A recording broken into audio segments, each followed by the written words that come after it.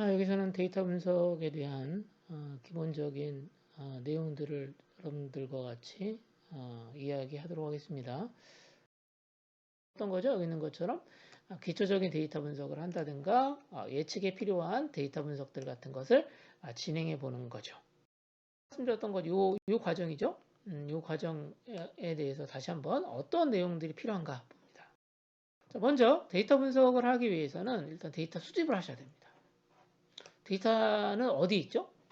데이터는 여러 곳에 있을 수 있습니다. 첫 번째, 제가 데이터를 가져오기 위한 그 생각할 수 있는 것은 뭐냐면 일단 웹사이트에서 필요한 정보를 수집하고 이 수집된 데이터에서 데이터를 추출하는 방법이 있을 수 있습니다. 자, 그러면 이 데이터는 웹에서만 있을까요? 그러지 않았습니다.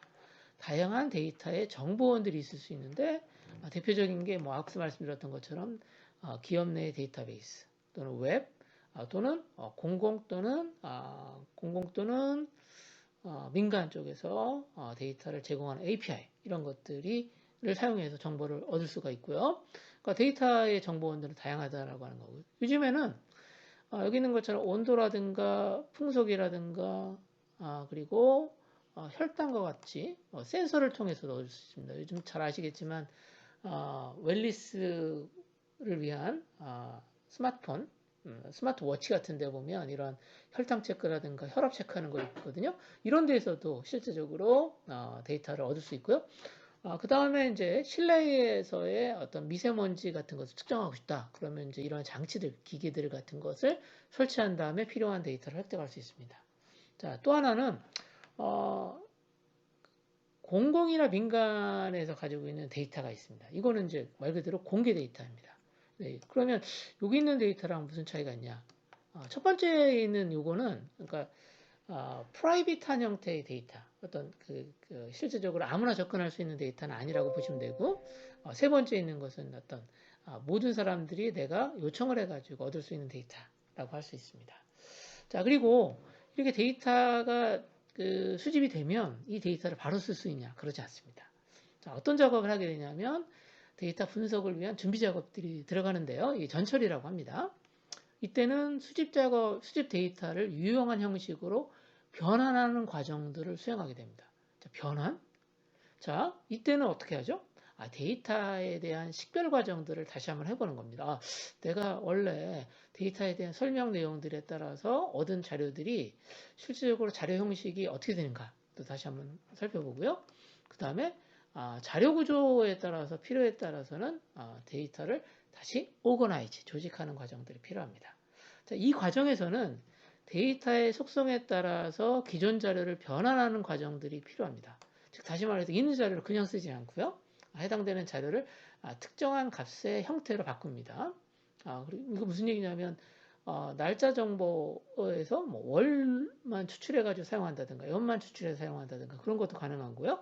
이러한 전체적인 작업을 뭐라고 부르냐면 데이터 랭글링 또는 데이터 먼징이라고 합니다. 그래서 데이터 랭글링, 데이터 먼징이라는 작업은 원 소스 데이터, 지금 수집되어진 원 소스 데이터로부터 데이터를 가공해서 변환된 데이터를 얻는 과정을 이와 같이 데이터 먼징이라고 하고요. 또는 데이터 랭글링 작업이라고 합니다. 자, 얼마나 좋은 데이터를 얻는가는 실질적으로 데이터 분석의 품질과 밀접한 관계에 있습니다. 자, 그래서 이러한 데이터들이 정제돼서 제공되어지는 것을 우리는 데이터셋이라고 합니다. 그래서 데이터 분석을 위해서 필요한 자료다라고 하고요. 최근에 보면 이러한 데이터셋들이 공개되어지는 경우가 많이 있습니다. 웹을 통해서 공개하거나 또는 공개 API, 오픈 API를 통해서 획득할 수가 있고요. 그리고 이 데이터들을 여러분들이 다시 데이터 정제 도구나 통계적 기법을 사용해서 다시 정규화한 다음에 새로운 형태의 데이터셋으로 만들어서 여러분들도 공개할 수 있습니다. 대표적인 데이터 셋으로는 여기 있는 것처럼 캐글이라고 하는 곳이 있고요. 여러분들이 캐글에 접근해서 이런 공유할 수 있는 데이터셋들을 여러분들이 활용할 수 있습니다. 즉 캐글은 자유롭고 공유되어진 데이터셋을 제공하고요.